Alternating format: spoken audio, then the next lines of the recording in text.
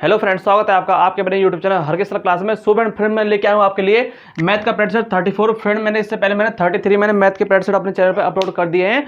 अगर वो आपने ना देखे हो तो नीचे डिस्क्रिप्शन में आपको लिंक मिल जाएगी। ये फ्रेंड जो मैं आपको मैथ के प्रैक्टिस करवाता हूँ ये आपके कॉम्पिटेटिव एग्जाम्स के लिए इंपॉर्टेंट रहते हैं, क्योंकि फ्रेंड मैं इसमें टॉप 10 क्वेश्चन कराता हूँ टॉप 10 टॉपिक से। उसमें आपके डबल फायदे होते हैं, आपको पता चलता है कि हमारे एग्जाम में किस टाइप से क्वेश्चन आ रहे हैं और आपके टॉपिक भी क्लियर होते हैं कि मतलब इस टॉपिक से ये क्वेश्चन हमारा बन जाता है। ठीक है फ्रेंड्स, तो बड़ी इजी तरीके से मैं आपको तैयारी कराता हूँ, प्रैक्टिस कराता हूँ क्वेश्चनों की। चाहे आपका एग्जाम रेलवे ग्रुप डी का है, हरियाणा पुलिस के आपके एग्जाम आने वाले हैं, SSC GD, MTS, CHSL, CGL, यानी कि एसएससी का कोई भी एग्जाम है, मैं इसमें easy moderate to high level में इसमें क्वेश्चन कराता हूं। इसमें चाहे आपका एग्जाम यू पुलिस एसआई का है, लेखपाल का है, और आप कह सकते हो कि फॉर ऑल कॉम्पिटेटिव एग्जाम्स के लिए ये आपके मैथ के प्रैक्टिस आपके लिए इंपॉर्टेंट रहते हैं। ठीक है फ्रेंड्स, और क्वेश्चन आपकी स्क्रीन पर शो करेगा, आप कोशिश करना वीडियो को पॉज करके क्वेश्चन को सॉल्व करने की। बाकी हम आपको यहाँ बोर्ड पे क्वेश्चन समझाएंगे। जो क्वेश्चन बेसिक से अच्छा बनेगा उसे हम बेसिक से कराएंगे, जिसकी ट्रिक अच्छी बनेगी उसे हम ट्रिक से कराएंगे। ठीक है फ्रेंड्स, चलिए स्टार्ट करते हैं। चलिए फ्रेंड स्टार्ट करते हैं। देखो क्वेश्चन नंबर फर्स्ट है, ये आपकी स्क्रीन पर दे रखा है। देखो क्या कह रहा है, कोई धन चक्रवृद्धि ब्याज पर 3 वर्षों में 6,690 रुपए तथा 6 वर्षों में 10,035 रुपए हो जाता है, धन ज्ञात कीजिए।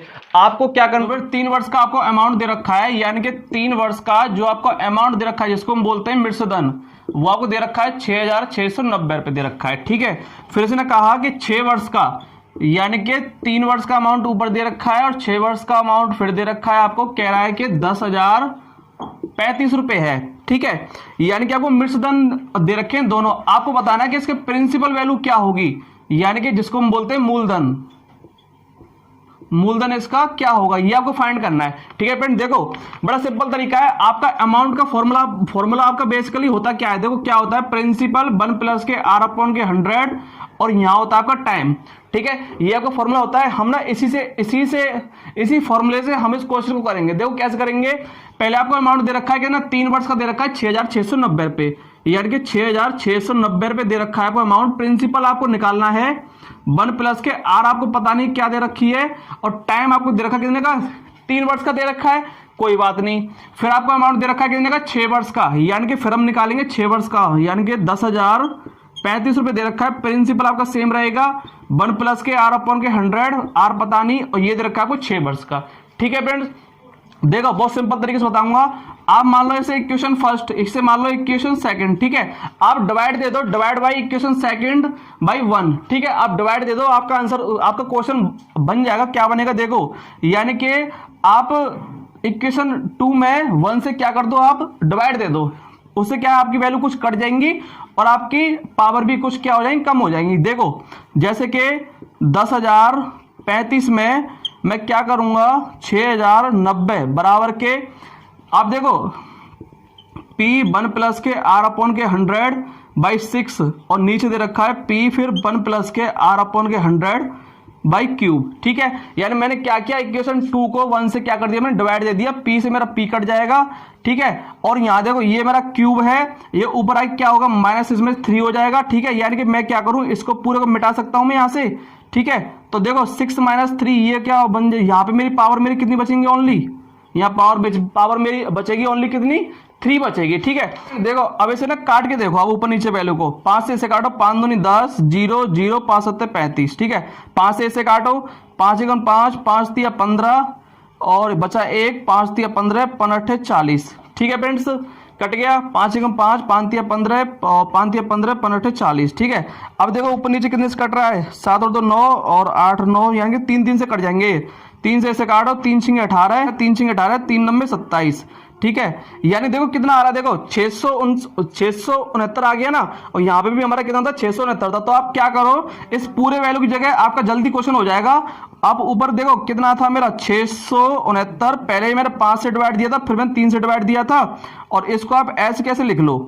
ठीक है, अब करके देखना, आपका ना यही आएगा, इससे पूरा ये कट जाएगा, नीचे बचा कितना 10, 5 से कट गया 10 2 बार, तो आपका निकल के आएगा कितना, 3/2, यानी कि 1 प्लस के r बाई 100 बाई क्यू की वैल्यू आपकी निकल के आई कितनी, यानी कि 1 प्लस के r बाई 100 उसकी पावर दे रखी क्यू, इसका मान निकल के आया कितना 3/2। आप इसको सॉल्व करना, आपका यही आएगा। ठीक है, अब देखो 1 प्लस के r अपॉन के 100 की पावर क्यू का मान निकल के आया कितना 3/2। ठीक है, आपको निकालना है मूलधन। आप कुछ मत करो, आप सीधा सीधा यहां रख लो वैल्यू को, देखो इसमें रख लो पूरा, यानी इक्वेशन फर्स्ट दे रखी ना आपको। इक्वेशन फर्स्ट जो है, आप p को क्या करो डिवाइड में ले आओ, यानी कि मैं इसके बराबर में क्या लिख दूं यहां से 1 प्लस के r अपॉन के 100, 1 प्लस के r अपॉन के 100, p को ऐसे अगर मैं यहाँ डिवाइड लिया हूं यानी 6690 और p को मैं लिया हूं इधर कितने डिवाइड में, तो इसके बराबर में क्या हो जाएगी मेरी 3/2 हो जाएगा मेरा। ठीक है, ये वाला। ठीक है, तो देखो 3 से कट जाएगा, 3 दूनी 6, 3 दूनी 6, 3 3 9 0, तो मेरा ऐसे प्रिंसिपल वैल्यू मेरा क्या निकल के आया, 2 का ऐसे में इंटू कर दो, 4 4 6 और 0, यानी 4460 रुपए को क्या आ जाएगा आपका प्रिंसिपल वैल्यू निकल के आ जाएगा। आई होप आपको समझ में आया होगा।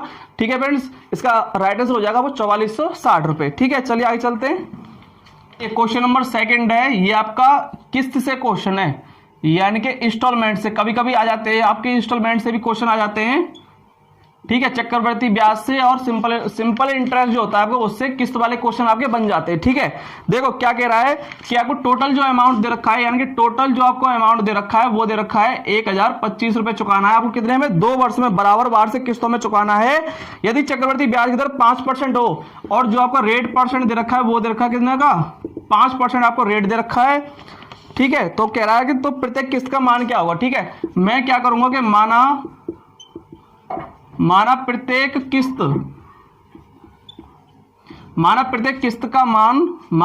किस्त जो है वो आपकी x रुपए है। मैंने ऐसे मान ली, मैंने मान लिया माना प्रत्येक किस्त का मान x है। और देखो जो हमारी किस्त होती है वो हमारी क्या होती है कि मूलधन और प्लस में ब्याज लग के तो हमारी किस्त बनती है। भाई देखो जो भाई किस्त होती है वो मूलधन प्लस के ब्याज लग के तो हमारी किस्त बनती है। ठीक है फ्रेंड्स, और देखो जो बेसिक फॉर्मूला होता है आपको चक्रवृद्धि ब्याज का वो क्या होता है, अमाउंट बराबर के प्रिंसिपल 1 प्लस के r अपॉन के 100 और यहाँ टाइम। यही तो होता है हमारा, जो हमारा बेसिक फॉर्मूला होता है वो हमारा यही तो होता है हमारा। और टोटल जो आपको अमाउंट दे रखा है यानी कि आपको 1025 रुपये आपको मतलब कि बराबर वार्षिक किस्तों में वो क्या करना है, चुकाना है वो आपको। ठीक है, तो देखो यहां से मेरा क्या निकल के आएगा कि प्रिंसिपल बराबर के अमाउंट और 1 प्लस के r अपॉन के 100 और यहां दे रखा है टाइम कितना t दे रखा है। ठीक है, यानी कि ये बन जाएगा मेरा यहां से किस्त निकालने के लिए, जहां पे आपका जो अमाउंट है यानी कि अमाउंट ही तो होता है हमारा किस्त, यानी कि मूलधन पर ब्याज लग के, और अमाउंट जो टोटल वैल्यू है यानी कि जो टोटल धनराशि है जो भी चुकानी है वो आपको दे रखी है 1025 रुपये आपको दे रखी है। ठीक है, ऐसे आप इस फॉर्मूले को उसमें लगा के देखो आपका आंसर निकल जाएगा। वो कैसे, देखो कि पहले आपको निकालना है क्या, मतलब अमाउंट मैंने मान लिया x है उसका। ठीक है, और 1 प्लस के r दे रखी है 5% की, और ये पहले निकालो पहले वर्ष के लिए। ठीक है, फिर प्लस के फिर x 1 प्लस के r अपॉन के 100 और फिर दूसरे वर्ष के लिए वो टोटल जो अमाउंट आएगा आपका वो आपको दे रखा है कि 1025 रुपये आपको चुकाना है। ठीक है फ्रेंड्स, इस टाइप से क्वेश्चन बनता है हमारा। देखो कंपाउंड इंटरेस्ट और सिंपल इंटरेस्ट में बस इतना फर्क है कि सिंपल इंटरेस्ट में पहले साल ब्याज नहीं लगती। ठीक है, पहले साल का अमाउंट उतना ही, पहले साल का जो किस्त है वो उतनी रहेगी जो उसका मूलधन है, 1 साल बाद उस पर ब्याज लगती है। लेकिन कंपाउंड इंटरेस्ट में क्या होता है कि पहले साल से ही ब्याज लगना उस पर स्टार्ट हो जाता है, यानी ब्याज लग के ही वो हमको वैल्यू हमको मिलती है। ठीक है, बस आप इसको सॉल्व कर लो, आपको किस्त निकालनी, किस्त निकल जाएगी आपकी। देखो 5 से कट जाएगा 20 बार, 5 से कट जाएगा ये भी 20 बार, 20 से कम 20 और 21, यानी कि 21 नीचे आएगा 20 ऊपर चला जाएगा, तो मैं इसको सीधे सीधे कर दूं 20/21 प्लस के। अब देखो यहां से 20 से कम 20 और 21 का स्क्वायर कितना होता है 441, और 20 ऊपर चला जाएगा, 20 का स्क्वायर ऊपर चला जाएगा यानी 400x ऊपर आ गया और नीचे 441 बराबर के दे रखा है कितना 1025 दे रखा है। ठीक है फ्रेंड्स, यहां से आप 441 कॉमन ले लो तो 21 का इसमें इंटू हो जाएगा, 21 दूनी 42 यानी कि 420x प्लस के 400x ऐसी रहेगा। और देखो 441 मैंने कॉमन लिया, वो 441 जो मैंने कॉमन लिया था डिवाइड में वो इधर जाके क्या हो जाएगा इंटू हो जाएगा, यानी कि 1025 में 441 का क्या हो जाएगा इंटू हो जाएगा। ठीक है, 420 और 440 सॉरी 440 नहीं है 400 है ये। ठीक है, तो कितना हो जाएगा 820 x बराबर के दे रखा है कोई 1025 इंटू में 441। ठीक है, तो देखो आप इसे काट के देख लो, 5 से ऐसे काट लो, 5 एकम 5 बचे 3, 5 छंगे 30, 5 चौके 20 और 5 दूनी 10, 0 5 25। एक्स बराबर के हमारा क्या आ जाएगा, यहाँ पे कर लेता हूं मैं इसको। ये दे रखा है मेरा 205 इंटू में 441 और नीचे दे रखा है कितना, ये इंटू में यहाँ पे डिवाइड हो जाएगा यानी कि 164। ठीक है, तो देखो 4 पंजे 20 यानी कि 41, 4 205 और 4 जगह 16 यानी कि ये कटेगा 41 से 5 बार और ये कटेगा 41 से कितने बार, 4 बार। ठीक है, तो आप इसे सॉल्व कर लो, क्या होगा देखो 5 का ऊपर इंटू करो, 5 एकम 5, 5 चौका 20, 5 चौका 20 और 2 22, 4 से डिवाइड दे दो, आपका आंसर आ गया 4 पंजे 20, 4 पंजे 20, 4 एकम 4 और 4 दूनी 8 और 4 पंजे 20 यानी कि 551.25 रुपया को क्या आ गया, अगर प्रत्येक किस्त का मान आएगा आपका। ठीक है फ्रेंड्स, इस टाइप से क्वेश्चन को करते हैं, देखो मैं आपको एक इसका बेसिक बता देता हूं बिल्कुल आपको किस्त निकालने के लिए कि किस्त आप किस तरीके से निकालते हो। देखो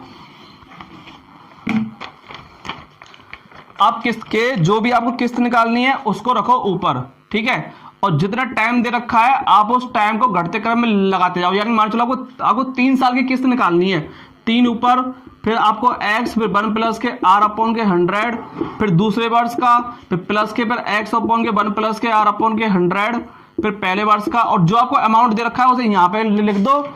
आपका क्या होगा, आपकी किस्त का मान आपका आराम से निकल जाएगा। ठीक है, ये आप नोट डाउन करके लिख सकते हो। ठीक है, चलिए आगे चलते हैं।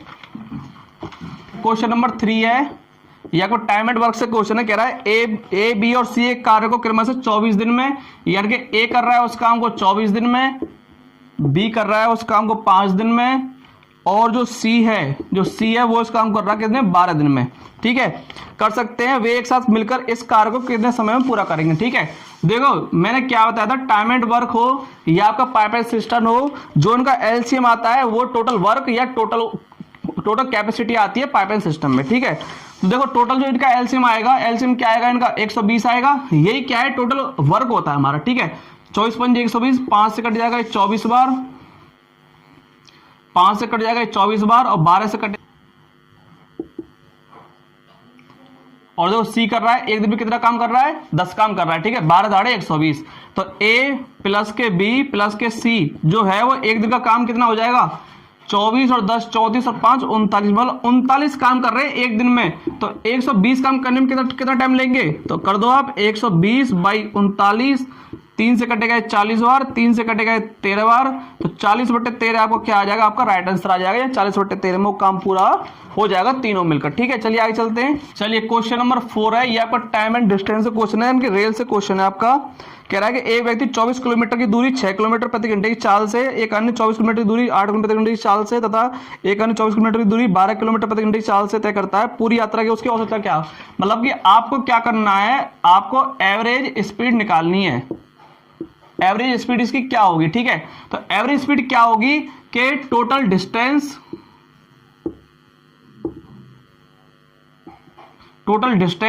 और नीचे टोटल टाइम, टोटल डिस्टेंस और टोटल टाइम आपका क्या हो जाएगी, आपकी एवरेज स्पीड हो जाएगी।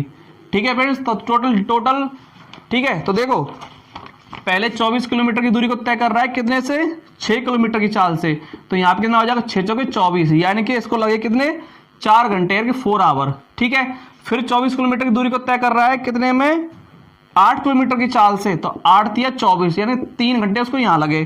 फिर 24 किलोमीटर की दूरी को तय कर रहा है कितने में, 12 किलोमीटर की चाल से, तो 12 दूनी 24 यानी 2 घंटे उसको यहाँ लग गए। ठीक है, टोटल डिस्टेंस कितनी आ गई, 24 24 और 24, यानी कि जो टोटल जो डिस्टेंस आ गई वो आ गई 24 या 72 आ गई हमारी टोटल क्या डिस्टेंस, और टोटल टाइम कितना आ गया, 4 और 3 7 और 2 9 आ गया हमारा क्या टाइम। तो यही हमारी आ जाएगी क्या, average speed. Total distance upon के टोटल टाइम आपकी आ जाएगी एवरेज स्पीड 9/72, यानी कि जो एवरेज स्पीड आएगी वो कितनी आएगी, 8 किलोमीटर पर आवर आ जाएगी आपकी एवरेज स्पीड। ये आपका क्या हो जाएगा, ये आपका राइट आंसर हो जाएगा। ठीक है फ्रेंड्स, चलिए आगे चलते हैं। एक क्वेश्चन सिंप्लीफिकेशन से करिए।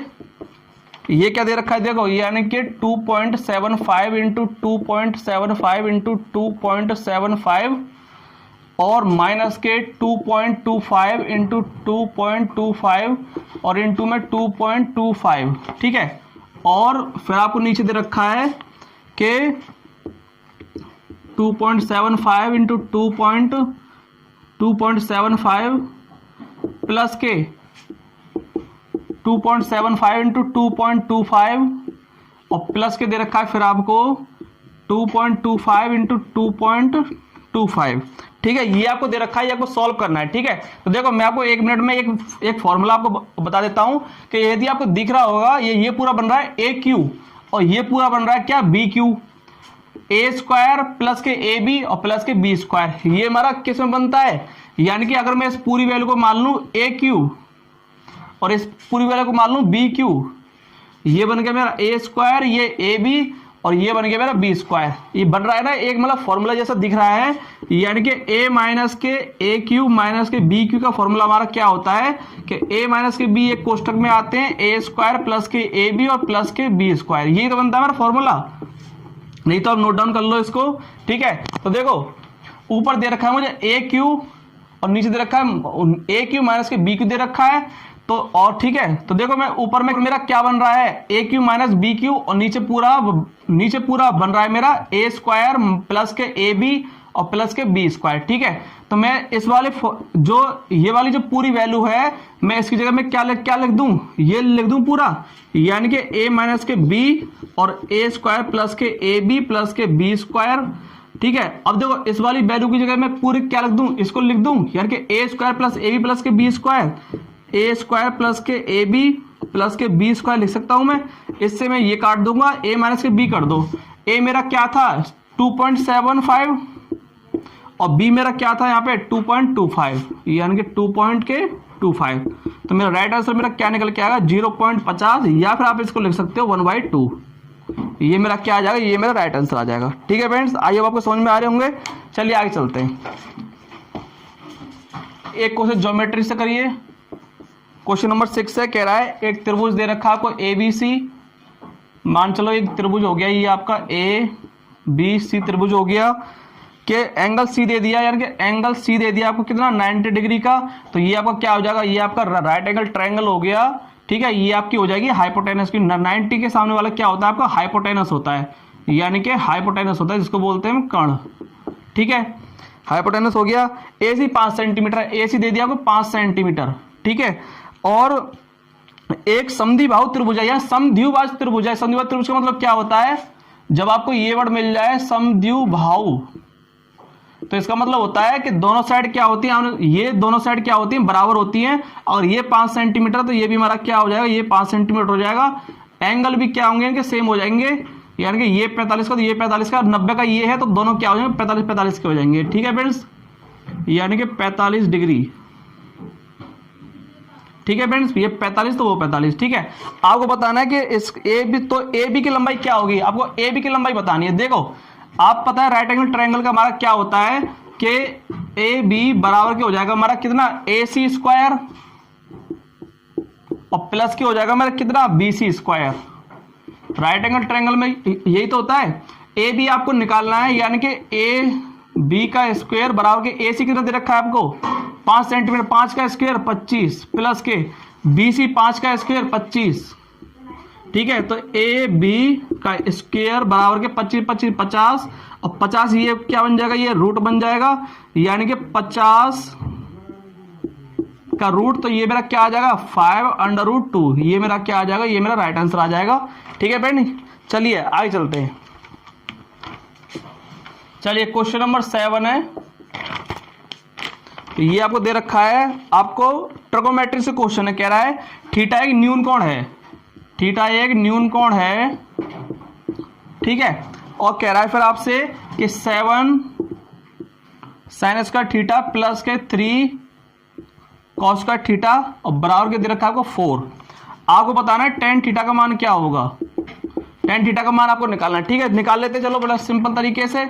आपको दे रखा है 7 साइन स्क्वायर थीटा प्लस के 3 कॉस का थीटा बराबर 4 दे रखा है। ठीक है, आप कोशिश करो कि वैल्यू को काटने की, मतलब आप इसमें से क्या तोड़ सकते हो और क्या आप यहां से मतलब कम कर सकते हो। देखो मेरा क्या होता है, एक मेरा फॉर्मूला बनता है कि साइन स्क्वायर थीटा प्लस के कॉस का थीटा इक्वल टू 1 बनता है। ठीक है, तो वही मैं यहां से बना लूंगा कि इसको मैं लिख सकता हूं 4 साइन स्क्वायर थीटा प्लस के 3 साइन स्क्वायर थीटा और प्लस के 3 कॉस का थीटा बराबर के 4। मैंने क्या किया, 7 को 4 और 3 में मैंने तोड़ लिया। अब मेरा क्या बन गया ये यहां से, यानी कि 4 साइन स्क्वायर थीटा प्लस के अगर मैं यहां से 3 कॉमन ले लूं तो ये मेरा बन जाएगा साइन स्क्वायर थीटा प्लस के कॉस स्क्वायर थीटा बराबर के 4। ठीक है फ्रेंड्स, तो ये मेरा क्या बन जाएगा, ये मेरा बन जाएगा 1, तो 4 साइन स्क्वायर थीटा प्लस के 3 बराबर के 4। 4 को इसमें से माइनस कर दो तो यहाँ मेरा क्या आ जाएगा, बराबर क्या आ जाएगा मेरा 1। ठीक है, तो साइन स्क्वायर थीटा बराबर के 1/4, तो साइन थीटा बराबर क्या आ जाएगा मेरा, ये स्क्वायर इधर जाके रूट बन जाएगा यानी कि 1/2। और साइन में जो होता है हमारा 1/2 हमारा किसका होता है, 30 का होता है। तो थीटा मेरा क्या आ जाएगा, थीटा मेरा क्या आ जाएगा, 30 डिग्री आ जाएगा। अगर थीटा मेरा 30 डिग्री है तो 30 वैल्यू क्या आ जाएगी मेरी, 1/√3। ये आपका क्या आ जाएगा, ये आपका राइट आंसर आ जाएगा। ठीक है फ्रेंड्स, चलिए आगे चलते हैं। एक क्वेश्चन और करिए अलजेब्रा से। क्या दे रखा है कि x की पावर 4 प्लस के 1 के x की पावर 4 बराबर के 1/119 दे रखा है और आपको वैल्यू निकालनी है x की पावर q और 1 के x पावर q क्या होगा। ठीक है, और देखो जब भी मैं आपको अलजेब्रा के क्वेश्चन कराता हूं मैं आपको एक चीज बोलता हूं, जो आपको क्वेश्चन दिया उसी में तोड़ने की कोशिश कीजिए, तभी आपका अलजेब्रा के क्वेश्चन यहाँ पे निकलते हैं। तो देखो यहाँ पे दे रखी है पावर 4 दे रखी है, तो मैं क्या करूं कि x का स्क्वायर 1 के x का स्क्वायर, मैं इसका स्क्वायर खोल के देख लेता हूं तभी मेरा ये वैल्यू निकल के आएगी, यानी x की पावर 4 1 प्लस के x की पावर 4 a स्क्वायर प्लस के b स्क्वायर और प्लस के 2ab। जब मैं 2ab करूंगा तो x से x कट जाएगा, 1 बचेगा, उससे मेरा कोई मतलब नहीं है। ठीक है, अब देखो कि यहाँ पे मेरा क्या हो रहा है कि एक्स स्क्वायर प्लस के 1 के एक्स स्क्वायर की स्क्वायर बराबर के इसकी वैल्यू कितनी दे रखी है, 119, यानी कि 119 प्लस के 2 कितना हो गया, 121 हो गया। और 121 मेरा किसका होता है, 11 का स्क्वायर होता है। तो एक्स स्क्वायर बना प्लस के 1 के एक्स स्क्वायर, ये स्क्वायर जाके इधर रूट बन जाएगा, यानी कि मेरी इसकी वैल्यू मेरी कितनी निकल के आ गई, मेरी 11 निकल के आ गई। ठीक है, मुझे माइनस में निकालना है तो मैं क्या करूं कि मुझे एक्स स्क्वायर प्लस के 1 एक्स की वैल्यू मुझे पता है, तो मैं यहां से क्या करूंगा, एक्स माइनस के 1 एक्स की वैल्यू मैं यहां से खोल लूंगा कि मुझे माइनस में निकालना है। तो एक्स स्क्वायर प्लस के 1 के x square, A square plus K B square minus के 2ab। तो देखो 2ab करूंगा तो एक्स एक्स कटेगा, x से x कट जाएगा, मेरा ओनली यहाँ 2 बचेगा। तो x माइनस के 1 के x का स्क्वायर, इसकी वैल्यू मेरी कितनी आई निकल के आ 2, सॉरी क्या ये 11 है, और 11 में से जब मैं 2 माइनस करूंगा तो मेरा क्या आएगा, 9 निकल के आएगा। तो x माइनस के 1 के x, ये स्क्वायर जाके क्या बन जाएगा, रूट बन जाएगा, तो 3 आ गया। x माइनस के 1 x की वैल्यू मेरी क्या आई निकल के 3 आ गई। ठीक है, अब आप इसका क्यूब खोल दो, आपका आंसर निकल जाएगा। वो कैसे, देखो मैं थोड़ा यहाँ से क्या कर दूँ, इसको यहाँ से हटा देता हूँ, इसको यहाँ से हटा देता हूँ। देखो क्या आएगा निकल के इसका, कि मुझे निकालनी है x Q minus 1/x Q की वैल्यू निकालनी है, यानी कि मुझे वैल्यू दे रखी है x 1/x क्यूब। ठीक है, तो इसका मुझे क्यू फॉर्म में निकालनी है, तो मैं क्या करूंगा, x माइनस के 1/x का क्यू खोल लूंगा, यानी कि a क्यू माइनस के b क्यू और माइनस की होता है 3ab। जब a भी करूंगा तो ये दोनों क्या होंगे, कट जाएंगे, और कोष्ठक में आता है मेरा a माइनस के b। ठीक है, ये फॉर्मूला होता है इसका। तो इसकी वैल्यू कितनी दे रखी है, मुझे 3 दे रखी है, और 3 का क्यू 27 हो जाएगा, बराबर के मुझे इसकी वैल्यू निकालनी है मुझे, यानी कि a क्यू माइनस के b क्यू और माइनस के 3 इंटू में इसकी वैल्यू कितनी है, 3 यहाँ कर दो, यानी कि 27 बराबर के एक्स क्यूब माइनस के 1 के एक्स क्यूब और 3 तरह के 9, ये माइनस का इधर प्लस हो जाएगा। 27 और 9 कितने होते हैं, 36। तो मेरा एक्स क्यूब माइनस के 1 के एक्स क्यूब वैल्यू मेरे क्या निकल के आई, 36 निकल के आ गई। ठीक है फ्रेंड्स, होप आपके समझ में क्वेश्चन आ रहे होंगे।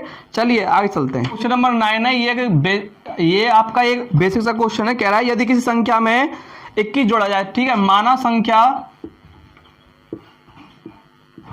संख्या x है, ठीक है, इस संख्या में 21 जोड़ा जाए तो वह अपनी 3 गुनी, यानी कि 3 गुनी, वह अपनी संख्या की 3 गुनी से 7 कम है, 7 कम हो जाती है, तब वह संख्या क्या आपको x से निकालना है। तो देखो x को ये प्लस का है, इसे इधर माइनस कर दो, और ये माइनस का इधर क्या हो जाएगा, प्लस हो जाएगा। 21 और 7 28, और 3x में से x गए तो यहाँ बचे 2x, 2 से कटेगा 14 बार, तो मेरा x क्या निकल के आ गया, मेरा 14 निकल के आ गया। ये थोड़ा एक बेसिक सा क्वेश्चन था। ठीक है फ्रेंड्स, ये आपके आ जाते हैं क्वेश्चन। चलिए आगे चलते हैं। ये क्वेश्चन नंबर 10 है, ये आपका एलसीएम एचसीएफ से क्वेश्चन है। देखो क्या कह रहा है कि दो संख्याओं के मासा और लासा का योग, यानी कि आपका HCF और LCM का योग दे रखा है आपको 680 तथा LCM और HCF का जो आपका लासा है वो मासा का 84 गुना है, यानी जो आपका LCM है वो HCF का 84 टाइम्स है। यदि उनमें से एक संख्या 56 हो तो दूसरी संख्या क्या होगी। देखो क्वेश्चन आपका क्या बन रहा है कि जो आपका LCM है और जो आपका HCF है, अगर मान लो HCF अगर आपका x है तो LCM आपको कितना हो जाएगा 84x हो जाएगा, क्योंकि इससे ये 84 गुना है, ठीक है। और दोनों का योग यानी कि आपको HCF प्लस के जो आपका LCM है उनका योग दे रखा है, आपको कितना दे रखा है 680, यानी कि x प्लस के 84x बराबर के दे रखा है आपको 680, तो ये हो जाएगा मेरा 85x बराबर के 680, तो x निकल के आ जाएगा मेरा कितना, यानी कि ये आपका निकल के आएगा कितने से 17 पंजे 85, 17 चौके 68 और 5 से कटेगा 8 बार, यानी कि x निकल के आ गया कितना आपका 8 निकल के आ गया। तो आपका जो LCM है वो क्या होगा, x की वैल्यू अगर 8 है तो 8 से यहाँ पे इंटू कर दो, और जो आपका HCF है वो तो आपका 8 आपका रहेगा ही आपका, ठीक है फ्रेंड्स। तो 8 चौके 32, 3 8 64 और 3 कितने हो गए 67, जो आपका LCM वो निकल के आया 672 और HCF आपका 8 है ही है। आपका अपना फॉर्मूला लगा दो, फर्स्ट नंबर इंटू में सेकंड नंबर बराबर के LCM इंटू में HCF, यही तो होता है हमारा फॉर्मूला। जब आपको एक संख्या निकालनी हो या फिर कोई इन चारों में से कोई चीज आपको निकालनी हो, ये हमारा फॉर्मूला होता है। फर्स्ट नंबर दे रखा है आपको कितना 56 दे रखा है ना, यानी कह रहा है कि इनमें से एक संख्या अगर 56 हो तो दूसरी संख्या क्या होगी, ठीक है। तो देखो अगर मैं मान लूँ एक संख्या अगर 56 है, सेकंड नंबर आपको निकालना है क्या होगा, LCM दे रखा है आपको 672 दे रखा है और आपको HCF दे रखा है आपको 8, ठीक है। 8 से कट जाएगा 7 बार 8 7 56, 7 से काट लो 7 9 63, 7 6 42, और जो आपका सेकंड नंबर निकल के आएगा वो आपका कितना निकल के आएगा 96, ठीक है फ्रेंड। इसका राइट आंसर आपका क्या हो गया 96 हो गया, ठीक है फ्रेंड। तो ये थे मेरे टॉप 10 क्वेश्चन, आई होप आपके समझ में क्वेश्चन आए होंगे, ठीक है फ्रेंड्स। ये टॉप 10 क्वेश्चन कराए थे, टॉप 10 क्वेश्चन, ठीक है फ्रेंड्स। आई होप आपके समझ में आए होंगे। अगर वीडियो पसंद आया हो तो लाइक कर देना और अपने फ्रेंड्स के साथ शेयर कर देना। ये थे मेरा आज के टॉप 10 क्वेश्चन जो कि पार्ट 34 है, ठीक है फ्रेंड्स। मैं डेली बेसिस पे मैथ का प्रैक्टिस करवाता हूँ, वो इसलिए कि आपकी मैथ की तैयारी है वो अच्छी हो सके, ठीक है फ्रेंड्स। अगर आप हमारे मैथ के प्रैक्टिस डेली बेस पे लगाते हो तो आपको मैथ से कोई समस्या नहीं आने वाली, ठीक है फ्रेंड्स। आप हमारे मैथ के प्रैक्टिस डेली बेस पे लगाया करो। सो फ्रेंड आज के लिए इतना ही, मिलते हैं अपने नेक्स्ट वीडियो में, तब तक के लिए जय हिंद।